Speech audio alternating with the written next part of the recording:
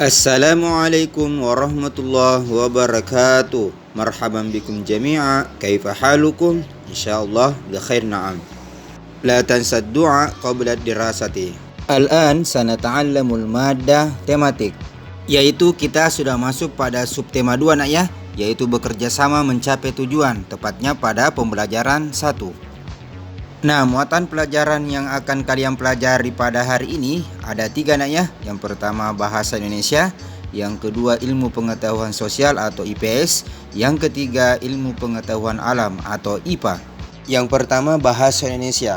Nah, dalam menggali sebuah informasi dari buku sejarah, maka kalian harus menggunakan aspek apa, di mana, kapan, siapa, mengapa, dan bagaimana. Nah, dengan menggunakan kalimat efektif. Nah, apa yang dimaksud dengan kalimat efektif? Nah, kalimat efektif itu adalah kalimat yang sesuai dengan kaidah bahasa, baik ejaan maupun tanda bacanya nak ya, sehingga mudah dipahami oleh pembaca atau pendengar. Muatan pelajaran yang kedua yang akan kalian pelajari yaitu ilmu pengetahuan sosial, yaitu pertempuran Ambarawa. Nah, perlu anak-anakku ketahui bahwa pada tanggal 20 Oktober 1945, tentara sekutu di bawah pimpinan Brigadir Bethel mendarat di Semarang nak ya, dengan maksud mengurus tawanan perang.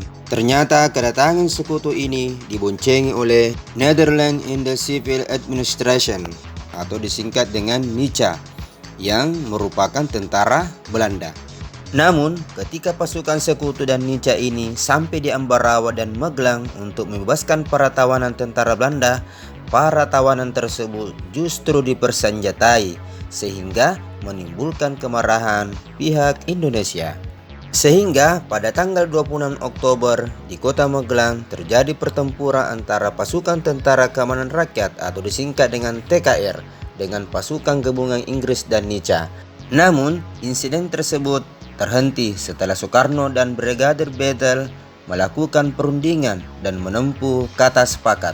Namun diingkari pihak sekutu, sehingga pada tanggal 20 November 1945 terjadi pertempuran antara pasukan Tentara Keamanan Rakyat dan tentara sekutu di Ambarawa. Nah, muatan pelajaran yang terakhir yang akan kalian pelajari yaitu ilmu pengetahuan alam atau IPA, yaitu ciri-ciri hewan sesuai dengan habitatnya. Nah, perlu juga anak-anakku ketahui bahwa hewan itu mempunyai habitat atau tempat tinggal yang berbeda-beda nak ya. Ada hewan yang hidup di darat, ada hewan yang hidup di air, bahkan ada hewan yang hidup di darat maupun di air. Artinya dua tempat yang ia tempati nak ya. Nah, coba perhatikan ciri-ciri hewan sesuai dengan habitatnya atau tempat tinggalnya nak ya. Yang pertama, hewan yang hidup di darat.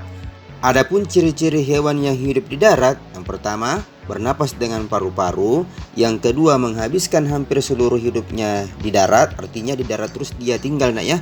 Yang ketiga, sebagian besar menggunakan hidung sebagai alat pernapasan. Nah, contoh, kucing, sapi, kerbau, harimau, dan ayam. Yang kedua, hewan yang hidup di air. Nah, adapun ciri-cirinya, yang pertama, bernapas menggunakan insan kecuali paus dan lumba-lumba nak ya. Artinya ikan paus dan ikan lumba-lumba itu dia tidak menggunakan insan tapi paru-paru nak ya. Yang kedua, menghabiskan hampir seluruh hidupnya di air. Artinya dia hidup terus di air, tidak pernah di darat nak ya. Yang ketiga, mempunyai sepasang sirip. Nah, sirip ini gunanya sebagai kemudi dan alat penjaga keseimbangan. Nah, perlu anak-anakku ketahui bahwa ada ikan yang hidup di air asin dan ada juga ikan yang hidup di air tawar. Nah, ikan yang hidup di air asin yaitu ikan hiu, ikan paus, dan ikan lumba-lumba. Dan adapun ikan yang hidup di air tawar yaitu ikan lele, ikan mas, dan ikan bawal. Yang ketiga, hewan yang hidup di darat dan di air. Nah, salah satunya adalah katak. Nah, katak itu adalah salah satu hewan yang dapat hidup di dua tempat nak ya. Nah, dia bisa hidup di darat dan dia juga bisa hidup di air. Nah, hewan yang dapat hidup di darat dan di air itu disebut hewan amfibi. Adapun ciri-ciri hewan amfibi, yang pertama, hewan berdarah dingin.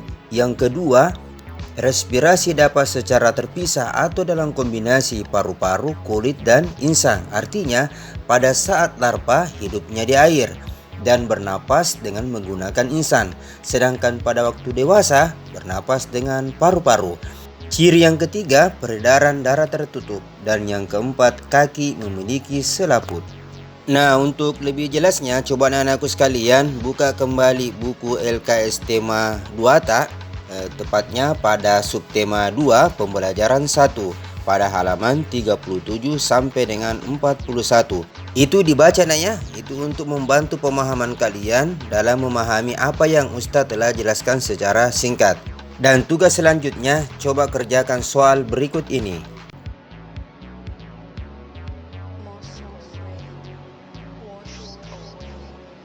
ربما هذا درسنا اليوم شكرا على اهتمامكم إلى اللقاء في أسبوع القادم إن شاء الله لا تنسى نصيحة الأستاذ لا تتركوا الصلوات الخمس والله الموفق إلى أقوام الطريق السلام عليكم ورحمة الله وبركاته.